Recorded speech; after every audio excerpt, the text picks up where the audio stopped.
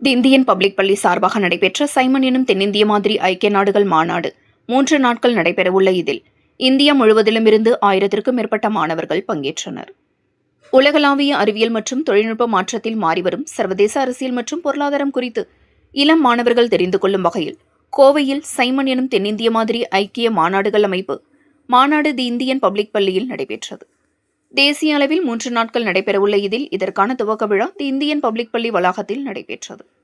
பள்ளியின் CEO Jayaram Balakrishnan, CEO Rajkumar, CEO Sonali Keith மற்றும் பள்ளியின் தலைமை அலுவலர் இப்சன் ஆகியோர் தலைமையில் நடைபெற்ற விழாவில் இந்திய வருவாய்த்துறை அதிகாரி, சரக்கு சேவை வரி புலனாய்வு தலைமை இயக்குநர் ஜெயபிரகாசம் கலந்து கொண்டு மாநாட்டை துவக்கி வைத்து பேசினார். 3 நாட்கள் நடைபெற்ற மாநாட்டில் இந்தியாவின் பல்வேறு மாநிலங்களிலிருந்து 1000க்கும் மேற்பட்ட மாணவர்கள் உற்சாகமாக பங்கேற்றனர். குறிப்பாக மாநாட்டில் G20, யுனெஸ்கோ, உலக சுகாதார அமைப்பு, ஐக்கிய நாடுகள் சபை உள்ளிட்ட பல்வேறு சர்வதேச அமைப்புகளை மையமாக கொண்ட 30க்கும் மேற்பட்ட குழுக்கள் அமைக்கப்பட்டன.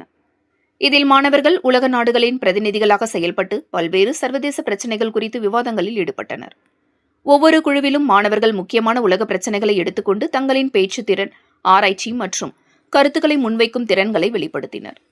மாணவர்களின் அறிவுத்திறன் மற்றும் உலகளாவிய பார்வையை விரிப்படுத்தும் வகையில் நடைபெற்ற சைமன் மாநாடு கல்வி கற்பித்தலில் புதிய நிகழ்வாக அமைந்தது குறிப்பிடத்தக்கது.